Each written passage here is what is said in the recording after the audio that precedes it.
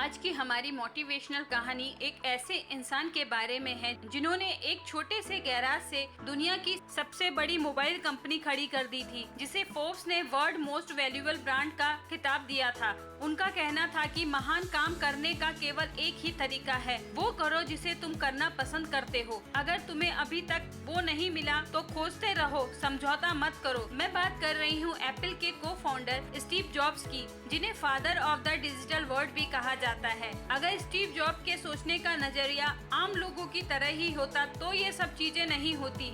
उनके विचार आम लोगों से बिल्कुल हटकर थे, शायद तभी आज दुनिया में उनका नाम बहुत ही इज्जत से लिया जाता है। अगर आप सोच रहे हैं कि ये सब इन्हें विरासत में मिला है या इनके माता पिता आर्थिक रूप से बहुत मजबूत थे, तो आप गलत सोच रहे हैं। आइए विस्तार से जानते हैं स्टीव जॉब्स की सक्सेस की कहानी। स्टीव जॉब्स का जन्म 24 फरवरी 1955 को कैलिफोर्निया के सैन फ्रांसिस्को में हुआ था। उनका वास्तविक नाम स्टीवन पॉल जॉब्स था। स्टीवन जॉब्स के बारे में आश्चर्यजनक बात तो यह है कि इनकी मां एक अनमैरिड कॉलेज स्टूडेंट थी और उन्होंने सोचा था कि वह मुझे किसी ऐसे दंपत्ति को गोद देंगी जो ग्रेजुएट हो। इसलिए उन्होंने स्टीव को एक अच्छे दंपत्ति को सौंपने का निश्चय किया जो उनकी अच्छे से परवरिश कर पाए। वह नहीं चाहते थे कि उनका जीवन भी गरीबी में बीते। स्टीव जॉब्स नाम उन्हें गोद लेने वाले माता पिता से मिला था। उनके दूसरे माता पिता एक इलेक्ट्रॉनिक वर्कशॉप चलाते थे और स्टीव का ज्यादातर समय उनकी मदद करने में ही व्यतीत होता था। शायद यही कारण था कि स्टीव की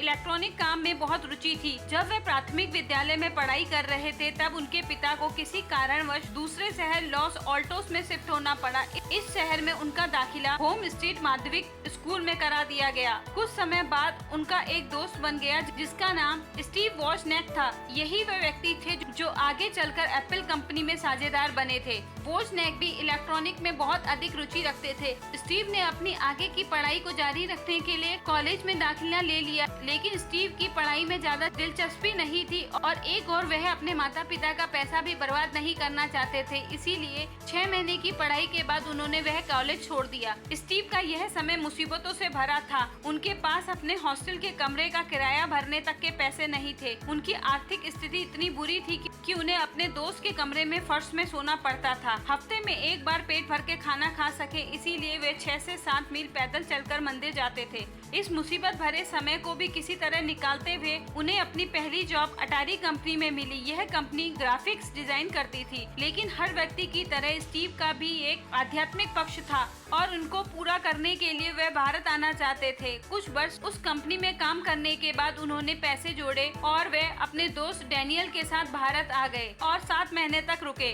भारत के नैनीताल में स्थित कैची धाम के नीम करौली बाबा से मिलने के लिए वह मुख्यतः भारत आए थे, लेकिन उन्हें पता चला कि बाबा ने 2 महीने पहले ही समाधि ले ली है। उसके बाद उन्होंने ऑटोबायोग्राफी ऑफ द योगी नाम की एक किताब पढ़ी। इस किताब का उन पे काफी प्रभाव पड़ा। भारत से लौटने के तुरंत बाद ही उन्होंने बौद्ध धर्म अपना लिया। स्टीव वापस अमेरिका लौटने के बाद एक कंप्यूटर बनाना चाहते थे जो कि यूजर फ्रेंडली हो और जिसे लोग अपने घरों और कार्यालयों में रख सकें। इसी सपने को पूरा करने के लिए साल 1976 में स्टीव अपने दोस्त वोजनियाक और रोनाल्ड के साथ मिलकर अपने पिता के गैराज में पहला कंप्यूटर बनाते हैं, जिसका नाम उन्होंने एप्पल रखा। इस तरह 1 अप्रैल 1976 को एप्पल कंपनी की नींव रखी गई। लेकिन उनके तीसरे दोस्त रोनाल्ड ने 12 दिनों के बाद ही $10 के लिए अपना 10% हिस्सा बेच दिया। स्टीव और उसके दोस्त वोजनियाक ने पहली बार एप्पल 1 कंप्यूटर को कंप्यूटर क्लब में पेश किया। उसके बाद एप्पल 2 भी लॉन्च किया गया। एप्पल 2 ने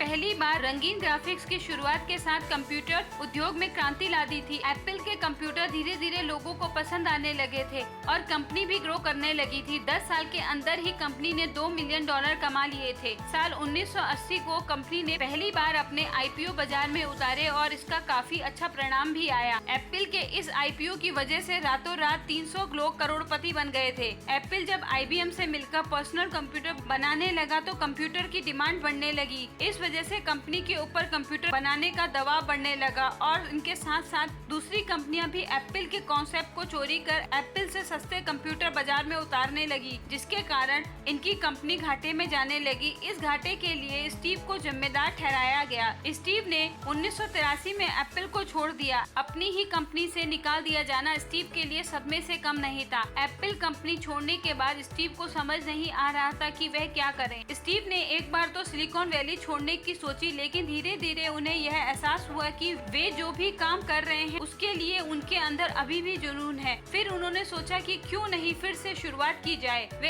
ऐसा मानते हैं कि एप्पल से निकाले जाने से अच्छी चीज कोई भी नहीं हो सकती है, क्योंकि स्टीव अब अपने आप को एक बिगनर की तरह महसूस कर रहे थे और अब फ्री होकर काम करने लगे। स्टीव ने नेक्स्ट नाम की एक कंपनी खोली। 12 अक्टूबर 1988 को नेक्स्ट को एक बड़े इवेंट के रूप में लॉन्च किया गया, लेकिन कंप्यूटर महंगे होने के कारण यह कंपनी चल नहीं पाई और इसे बड़ा नुकसान हुआ। इसलिए स्टीव ने नेक्स्ट कंपनी को एक सॉफ्टवेयर कंपनी में बदल दिया। उसके बाद नेक्स्ट एक सॉफ्टवेयर कंपनी के रूप में काफी प्रचलित हुई। नेक्स्ट कंप्यूटर पर ही टिम बर्नर्स-ली ने वर्ल्ड वाइड वेब का आविष्कार किया था। स्टीव ने 1986 में एक ग्राफिक्स कंपनी $10 मिलियन में खरीदी, जिसका नाम उन्होंने पिक्सर रखा।